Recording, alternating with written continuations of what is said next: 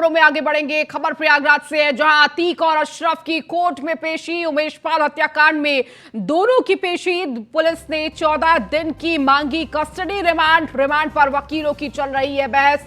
अतीक की बीमारी का बनाया जा रहा है बहाना। थोड़ी देर में रिमांड पर कोर्ट का फैसला आएगा। तो देखिए, 14 दिन की रिमांड की मांग पुलिस कर रही है। यही हो रहा था कि आखिर रिमांड कितने दिन की मांगी जाती है। हालांकि मोटा मोटी यही था कि 14 से 15 दिन की रिमांड मांगी जाएगी। और देखिए, 14 दिन की रिमांड मांगी गई है पुलिस के द्वारा, लेकिन अभी भी अंदर कोर्ट के अंदर पेशी के दौरान बहस चल रही है। जहां एक तरफ काउंटर दलील देते हुए वकील अतीक अहमद के वकीलों का कहना है कि जिस तरह से उनकी तबीयत खराब है, उसकी तबीयत खराब है, उसका हवाला दिया जा रहा है। तो लगातार अतीक के मन में डर है कि अगर कस्टडी रिमांड पुलिस को जाती है तो किस तरीके से पुलिस पूछताछ करेगी, ये नहीं पता है। और लगातार यही बेचैनी कल रात से अतीक के मन में चल रही है। और इसी वजह से कल रात अतीक का सो भी नहीं पाया। और देखिए, लगातार उसकी नजर है कि किस तरह से इस रिमांड से बचा जा सके और वो वापस साबरमती जेल जा सके। लेकिन दूसरी तरफ पुलिस की ये कोशिश है कि 14 दिन की रिमांड मिल सके। और देखिए, इसी कस्टडी रिमांड को लेकर लगातार बहस जारी है। और अतीक और अशरफ कोर्ट में पेशी, और इस वक्त कोर्ट में पेश है सीजीएम कोर्ट में। अतीक का और अशरफ मौजूद है उमेश पाल हत्याकांड में, दोनों की पेशी। तो सवालों से होगा अतीक का सामना। 200 से ज्यादा सवालों की लिस्ट तैयार। अन्य शूटरों के बारे में पूछताछ होगी, क्योंकि जिस तरह से शाइस्ता और असद के ठिकानों को लेकर सवाल पूछे जाएंगे, क्योंकि शाइस्ता और असद अभी भी फरार चल रहे हैं। पूछताछ के लिए स्पेशल अफसरों की टीम भी तैयार कर ली गई है। टीम में तेज तर्रार साफ छवि के अफसर रखे गए हैं। 200 से ज्यादा सवालों की लिस्ट तैयार की गई है। और इसी डर से अतीक अहमद अब थर थर कांप रहा है कि कहीं कस्टडी रिमांड मिलती है तो किस तरीके से पुलिस पूछताछ करेगी, क्योंकि खातिरदारी अच्छे से हो सकती है। और इसी के डर से अतीक अहमद लगातार अपनी तबीयत का हवाला दे रहा है। जिस तरीके से रात में भी बताया गया कि तबीयत में थोड़ी गड़बड़ी पाई गई और बीपी बढ़ा हुआ था। और कहीं ना कहीं ये सारी चीजें कोर्ट में अभी बहस का विषय बनी हुई है।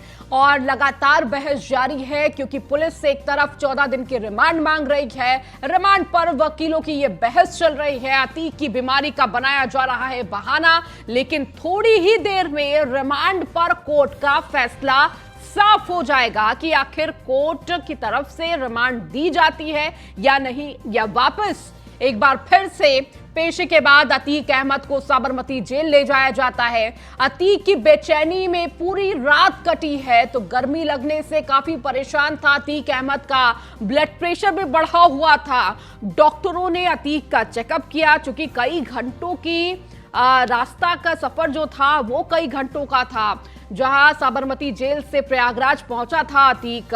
और देखिए, अतीक अहमद का ब्लड प्रेशर बताया गया कि रात में बढ़ा हुआ था, बेचैनी थी। और अधिक बातचीत करने के लिए लगातार एसोसिएट एडिटर ब्रजेश श्रीवास्तव सुबह से बने हुए हैं, हर एक पल पल की अपडेट दे रहे हैं। ब्रजेश जी, लगातार कोर्ट के अंदर देखिए बहस जारी है कि आखिर रिमांड पर दी जाए या ना दी जाए। 14 दिन की रिमांड पुलिस के द्वारा मांगी गई है। देखिए, सबसे बड़ी बात है कि रिमांड की जो प्रक्रिया, जो रिमांड को लेकर के जो बहस है वो चल रही है। और 14 दिन और 7 दिन के बीच में पूरी सुई अटकी हुई है। मिनिमम 7 दिन की और मैक्सिमम 14 दिन की रिमांड पुलिस की तरफ मांगी गई। जो 14 दिन की ये आगे कम रिमांड दे दी जाए। वकील तो आखिर इस को जो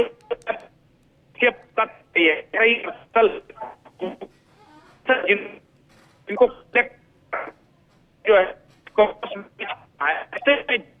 ब्रजेश जी, आपकी आवाज क्लियर नहीं आ पा रही है। देखिए, सारी अपडेट क्लियर नहीं आ पा रही है। मैं दोबारा आपसे जुड़ूंगी और तमाम अपडेट आपसे लूंगी, लेकिन आपको लगातार बता दें दर्शकों को कि किस तरह से अभी इस वक्त अतीक अहमद और अशरफ सीजीएम कोर्ट में मौजूद है। और देखिए, जब सीजीएम कोर्ट में लाया गया अतीक और अशरफ को, किस तरीके से काले कपड़ों में अतीक अहमद मौजूद था, सफेद कपड़ों में अशरफ मौजूद था और कड़ी सुरक्षा के घेरे में जो पुलिसकर्मी थे वो रस्सी के सहारे पूरी जिस तरह से मौजूद थे, एक सुरक्षा घेरा बनाया गया था और लगातार उन दोनों को कोर्ट की तरफ, सीजीएम कोर्ट की तरफ ले जाया गया, चूंकि पहली मंजिल ये सीजीएम कोर्ट था जहां पर ये पेशी हो रही है। और लगातार ये कोशिश की जा रही है कि पुलिस के द्वारा कि 14 दिन की रिमांड मिल सके।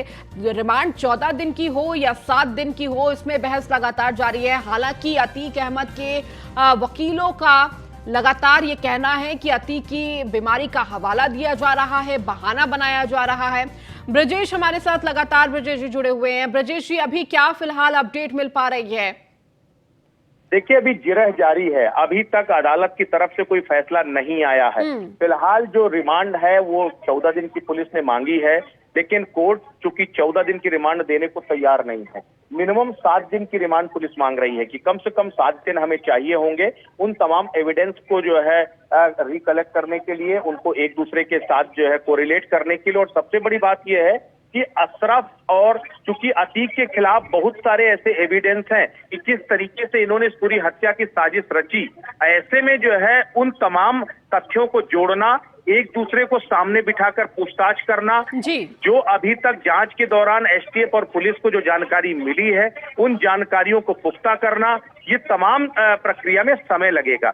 ऐसे में वो कह रहे हैं कि कम से कम 7 दिन तो रिमांड हमें चाहिए ही चाहिए। तो अब कुछ पलों का इंतजार कीजिए, कुछ पलों में ये फैसला आ जाएगा कि आखिर कितने दिन की रिमांड एक्सेप्ट की गई है।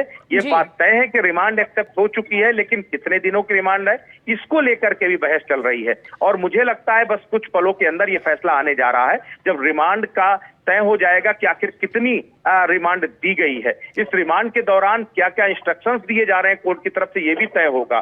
तो अभी सबसे बड़ी बात है कि ये भी तय होना है, क्योंकि अतीक अहमद की तरफ से कहा जा रहा है कि देखिए, जब हम हाई सिक्योरिटी जेल में मौजूद थे, जहां पर ऑलरेडी जैमर थे, जहां पर कड़ी सुरक्षा थी, उस बीच में हम किसी हत्या की साजिश कैसे रच सकते हैं? अशरफ भी जेल में बंद है, हम भी जेल में बंद हैं, तो हमने हत्या की साजिश कैसे रच दिया? हमारे पूरे परिवार को इन्वॉल्व करके पुलिस उन्हें नेस्तनाबूद करना चाहती है। यहाँ मुख्यमंत्री के उस बयान का भी हवाला कोर्ट परिसर में दिया गया कि सूबे के मुख्यमंत्री कहते हैं कि मिट्टी में मिला देंगे, और पुलिस मिट्टी में मिलाने में लग जाती है। हमारे पूरे परिवार को एक एक करके जो भी हमारे साथ खड़ा होता है उसका नाम आरोपियों में शामिल कर लिया जाता है। तो ऐसे में तय है कि पुलिस जानबूझकर के हमारे खिलाफ कार्रवाई कर रही है और रिमांड में लेकर के हमें थ्रेट करेगी, हमें जो एक्सप्लॉइट करेगी, और उससे कोई भी फर्क नहीं, क्योंकि हम ऑलरेडी जेल में बंद हैं। पुलिस जब चाहे हम जांच में सहयोग करने को तैयार हैं, हमें रिमांड में ना दिया जाए। तो इसी को लेकर के बहस चल रही है और इसी को लेकर फैसला होना। बिल्कुल ब्रजेश जी, और देखिए अभी सबकी नजर यही है कि रिमांड कितने दिनों की मिलती है और लगातार ये बहस जारी है और थोड़ी ही देर में ये फैसला भी आ जाएगा कि आखिर कितने दिनों की रिमांड कोर्ट के द्वारा इसकी इजाजत दी जाती है। ब्रजेश जी, देखिए रिमांड तो मिल चुकी है, लेकिन कितने दिनों की मिलेगी इसकी बहस लगातार जारी है। लेकिन रिमांड के लिए देखिए तैयारियां पुलिस की तरफ से कर ली गई है। कितने सवाल पूछे जाएंगे, कौन ऑफिसर्स होंगे, क्या कुछ पूछा जाएगा, ये पूरी तैयारी है इस वक्त। देखिए, बिल्कुल रिमांड के लिए पुलिस पूरी तरीके से तैयार है।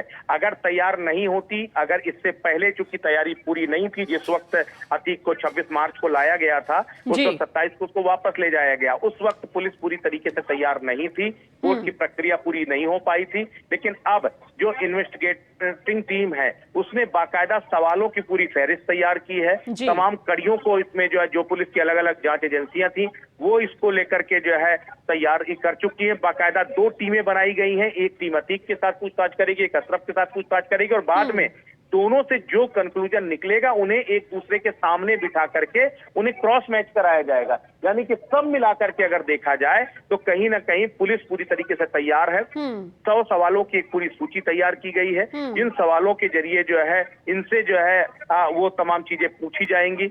सबसे बड़ी बात है कि एक बड़ा एविडेंस जो पुलिस के हाथ लगा है वो है बरेली जेल के जो सीसीटीवी फुटेज है।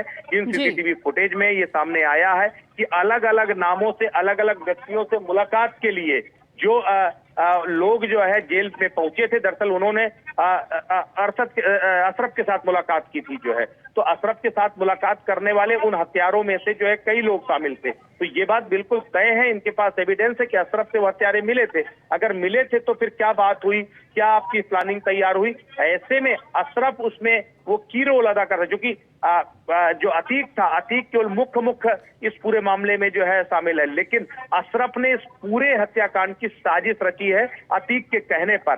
अतीक के कहने पर ही शूटर्स तय किए गए, अतीक के कहने पर ही शूटर्स को एडवांस पेमेंट दिया गया, उनको मोबाइल फोन मुहैया कराए गए, उनको वो तमाम जो शेल्टर था वो कहां कहां उनकी मदद करेगा, कौन उसको यहां से निकलने में मदद करेगा, कौन जो है 2 व्हीलर से जाएगा, कौन 4 व्हीलर से जाएगा, कहां पर कौन सा साधन मिलेगा, कहां पर कौन सा मोबाइल फोन मिलेगा, उसको कैसे बॉर्डर पार कराया जाएगा, ये वो तमाम जो पूरी व्यूह रचना थी, वो पूरी रचना अशरफ की जानकारी में हुई थी। और इस पूरी घटना को अंजाम देने से पहले हत्यारे अशरफ से मिले थे और फाइनल अप्रूवल लिया था। तो ऐसे में बिल्कुल तय है कि अशरफ और अतीक दोनों इस हत्याकांड के साजिशकर्ताओं में शामिल थे, क्योंकि असद की तस्वीर सामने आने के बाद ये तय हो गया है कि उसमें अतीक के परिवार की भूमिका है, अतीक की जानकारी में था, इसीलिए इस पूरे हत्याकांड में इन्हें मुख्य साजिशकर्ता बना करके इनसे पूछताछ की जा रही है। बिल्कुल ब्रजेश जी, और कहीं ना कहीं असद और शाइस्ता की जानकारी भी मिलना बेहद महत्वपूर्ण हो गया है पुलिस के लिए, और कहीं ना कहीं अतीक से वो जानकारी हासिल करने में पुलिस लगी रहेगी कि आखिर जिस तरह से लगातार कोशिश की जा रही है, लेकिन उसके बावजूद अभी भी शाइस्ता और असद पुलिस की गिरफ्त से बाहर है। देखिए, केवल शाइस्ता और असद ही नहीं बल्कि 5 मुख्य आरोपी हैं जो अभी तक पुलिस की गिरफ्त से बाहर हैं। सबसे बड़ी बात है शाइस्ता परवीन उस शख्स के साथ देखी गई जो इस पूरी हत्याकांड में जो है शामिल था जो है। तो ऐसे में सीधे तौर पर उनके कनेक्शन तो उन सारे लोगों के साथ थे। पुलिस ने उन तमाम कड़ियों को जोड़ लिया है। पुलिस ने उस राजदार को भी जो है कहीं ना कहीं गिरफ्त में लिया है, जो जिसको जानकारी थी कैसे लखनऊ में असद को सेफ जोन देने के लिए एक प्लान तैयार किया गया था। असद को जो है वहां पर असद का मोबाइल फोन वहां पर छोड़ा गया, वहां पर असद के एटीएम से पैसे निकाले गए, ठीक उस वक्त जिस वक्त उमेश पाल के हत्याकांड को अंजाम दिया गया। तो ये पूरी प्लानिंग यानी प्री प्लानिंग तैयार थी ताकि असद इस पूरे मामले में इन्वॉल्व ना हो। तो इन तमाम कड़ियों को, इन तमाम अलग अलग जो क्लू हैं, इसके जरिए जब रिमांड में बिठाया जाएगा इनको, तब इनसे पूछताछ की जाएगी, तब इनको जो है कहीं ना कहीं इनसे जो है सच उगलवाने की कोशिश की जाएगी कि आप सच बताइए कि आपके साथ कौन कौन था और किसने किसने आपकी मदद की है। तभी कई सफेदपोश मददगार भी सामने आएंगे अगर अतीक और अशरफ ने वो सच उगला। कई ऐसे जो है लोग हैं जिन्होंने कई बार अतीक अहमद की मदद किया, वो चाहे वो सत्ताधारी संरक्षणदाता हो या फिर विपक्षी पार्टियों के नेता, कई लोग इस पूरे मामले में इन्वॉल्व हैं। तो केवल अतीक और अशरफ के कबूलनामे से केवल उन गुनहगार ही बेनकाब नहीं होंगे, बल्कि कई ऐसे सफेदपोश भी बेनकाब होंगे जिन्होंने उमेश पाल की हत्याकांड के बाद इन्हें शेल्टर किया या फिर इन्हें भगाने में, इन्हें जो है गायब कराने में इनकी मदद की। जी बिल्कुल, और देखिए लगातार तमाम अपडेट ब्रजेश जी वहां से दे रहे हैं किस तरीके से अभी क्या कुछ कार्रवाई चल रही है, और अभी तक रिमांड को लेकर बातें साफ नहीं हो पाई है। हालांकि रिमांड तो मिल चुकी है, लेकिन कितने दिनों की रिमांड मिली है इस पर बहस छिड़ी हुई है। और ब्रजेश जी, जिस तरह से कहा जा रहा था लगातार कि तबियत का हवाला दिया जाएगा, चूंकि तबियत नहीं सही है इसका हवाला लगातार दिया जा रहा है, और कहा जा रहा है कि जिस तरह से जो पूछताछ है उस पर पूरा साथ मिलेगा, लेकिन रिमांड ना ली जाए। देखिए, रिमांड से डर अतीक को इसलिए लग रहा है क्योंकि उसे मालूम है कि उसकी अच्छे तरीके से पुलिस कम से कम खातिरदारी करने जा रही है। क्योंकि जाहिर सी बात है, अगर नॉर्मल पूछताछ से जो है अतीक और अशरफ वो कबूल कर लेते जो है तो फिर रिमांड लेने की जरूरत ही नहीं होती। लेकिन सबको मालूम है कि सीधी उंगली से घी नहीं निकलेगा और कहीं ना कहीं जो है पुलिस सख्ती के साथ इनसे रिमांड में पूछताछ करेगी। इसीलिए अब अतीक और अशरफ को वो डर सताने लगा है, इसीलिए वो रिमांड का विरोध कर रहे हैं। स्वास्थ्य कारणों का हवाला अतीक दे रहा है लगातार कि मेरा स्वास्थ्य सही नहीं है और मेंटल टॉर्चर किया जा रहा है मुझे लगातार। लेकिन बावजूद इसके कोर्ट मुझे नहीं लगता कि हेल्थ कंसर्न को बहुत ज्यादा तवज्जो देगी। लेकिन हाँ, पुलिस इंस्ट्रक्शन जरूर दे सकती है कि इनके अधिवक्ता पूछताछ के दौरान रह सकते हैं, या फिर जो है उसकी वीडियो रिकॉर्डिंग जो है कोर्ट में पेश की जाएगी, उन्हें कोई 3rd डिग्री नहीं दी जाएगी। ये एश्योरेंस पुलिस से ले सकती है कोर्ट, और उसके बाद उन्हें रिमांड दे सकती है। ठीक है ब्रजेश जी, बहुत शुक्रिया जानकारी देने के लिए। आप लगातार जुड़े रहिए और भी अपडेट आपसे लेंगे। लगातार नजर बनाए रखिए इस पूरे मामले को लेकर। तो किस तरह से अभी भी ये सुनवाई लगातार चल रही है और देखिए कितने दिनों की रिमांड मिलेगी, ये देखना होगा। खबरों में आगे बढ़ेंगे। बीजेपी मुख्यालय पर अहम बैठक आज है। महापौर और पालिका अध्यक्ष के पैनल की होनी है बैठक। नगर निकाय चुनाव में उम्मीदवारों की बैठक है। 15 अप्रैल तक जारी होगी उम्मीदवारों की पहली सूची। पार्टी की ओर से नियुक्त किए गए निकाय चुनाव प्रभारी करेंगे स्क्रीनिंग कमेटी की बैठक। इसके साथ ही प्रत्याशियों के चयन के लिए सीएम योगी, दोनों डिप्टी सीएम रहेंगे मौजूद। तो देखिए निकाय चुनाव को देखते हुए ये महत्वपूर्ण बैठक मानी जा रही है। किस तरीके से 15 अप्रैल को माना जा रहा है कि उम्मीदवारों की पहली लिस्ट जारी हो सकती है। तो बीजेपी मुख्यालय पर अहम बैठक आज। महापौर और पालिका अध्यक्ष के पैनल की होनी है बैठक। नगर निकाय चुनाव में उम्मीदवारों की बैठक तो 15 अप्रैल तक जारी होगी उम्मीदवारों की पहली सूची। पार्टी की ओर से नियुक्त किए गए निकाय चुनाव प्रभारी करेंगे स्क्रीनिंग कमेटी की बैठक।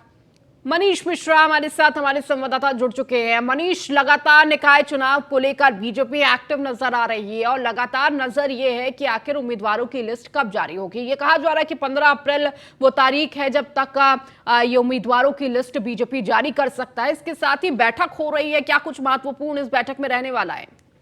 देखिए, सबसे पहले आपको बता दूं कि भारतीय जनता पार्टी के मुख्यालय में कोई बैठक नहीं है। तो आज जो स्क्रीनिंग कमेटी और जो प्रभारी बनाए गए हैं वो मुख्यालय पे अपने पैनल के नाम देंगे। जो 17 नगर निगम के महापौर हैं और जो 199 नगर पालिका अध्यक्ष के जो पैनल है वो पैनल के नाम आज मुख्यालय भेजे जाएंगे और कल संभवतः एक बैठक की जाएगी जिसको अध्यक्षता खुद मुख्यमंत्री योगी आदित्यनाथ करेंगे, जिसमें दोनों डिप्टी सीएम केशव प्रसाद मौर्य और ब्रजेश पाठक रहेंगे। साथ ही भूपेन्द्र चौधरी जो प्रदेश अध्यक्ष भारतीय जनता पार्टी के और प्रदेश महामंत्री संगठन धर्मपाल सिंह उसमें मौजूद रहेंगे। माना जा रहा है कि उन नामों पे जो पैनल भेजेगा, आज जो पैनल भेजना है, आज क्योंकि अंतिम दिन है कि पैनल जो जिन्होंने जिले में जाके स्क्रीनिंग कमेटी के साथ बैठक की थी, प्रभारी और जो सभापति थे उन्होंने उस पर बैठक की है।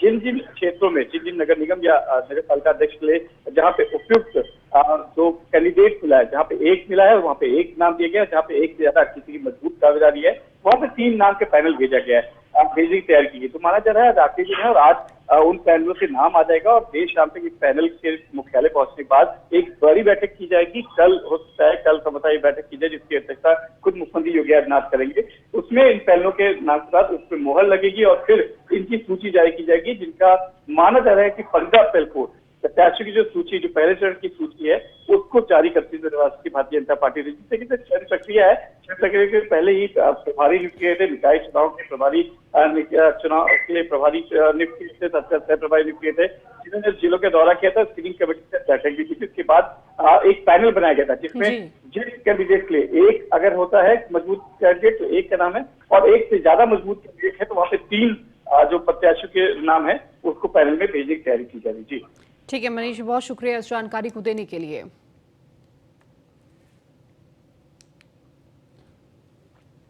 वहीं बीजेपी में पहले चरण के प्रत्याशियों की सूची के लिए मंथन तेज हो गया है। कल बीजेपी जारी कर सकती है पहली सूची। मंत्री, सांसद, विधायकों के रिश्तेदारों को नहीं मिलेगा टिकट। वर्तमान अध्यक्ष पार्षद की पत्नी, बहू, बेटी को मिल सकता है टिकट। निकाय चुनाव में प्रदेश से लेकर केंद्र तक के नेता करेंगे प्रचार।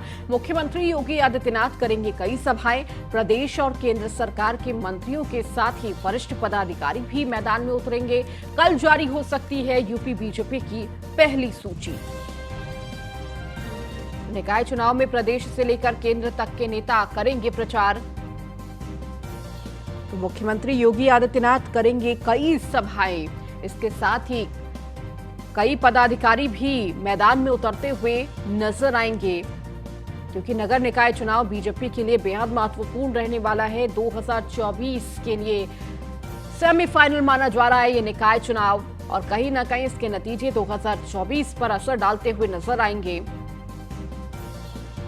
तो कल माना जा रहा है, कल या 15 तारीख तक बीजेपी अपने उम्मीदवारों की पहली सूची जारी कर सकता है, चूंकि 17 अप्रैल आखिरी तारीख है नामांकन की और उससे पहले सभी पार्टियां अपने प्रत्याशियों की सूची धीरे धीरे कर जारी कर रही है।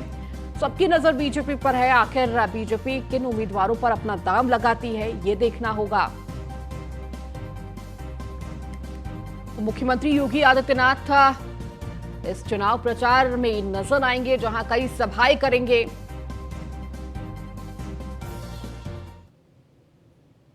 खबरों में आगे बढ़ेंगे। बिजली दरों में बढ़ोतरी के प्रस्ताव पर सुनवाई। विद्युत नियामक आयोग कर रहा है कंपनियों के प्रस्ताव पर सुनवाई। 18% से ज्यादा घरेलू बिजली महंगी करने का प्रस्ताव। बिजली कंपनियों ने मौजूदा दरों में औसतन 15.85% वृद्धि का प्रस्ताव दिया। 21 अप्रैल को विद्युत नियामक आयोग करेगा सुनवाई। ग्रामीण घरेलू विद्युत उपभोक्ताओं की दरों में भी बढ़ोतरी का प्रयास। इसके साथ ही ये प्रस्ताव है घरेलू बिजली की दर में 18.59% बढ़ोतरी का प्रस्ताव। निजी और सरकारी संस्थाओं की बिजली में 17.62% का प्रस्ताव। अस्थायी कनेक्शन की दर में 18.90% की बढ़ोतरी का प्रस्ताव। भारी उद्योग में 16.25% की बढ़ोतरी का प्रस्ताव है। तो बिजली दरों में बढ़ोतरी के प्रस्ताव पर आज सुनवाई हो रही है। निजी और सरकारी संस्थाओं की बिजली में भी बढ़ोतरी का प्रस्ताव है।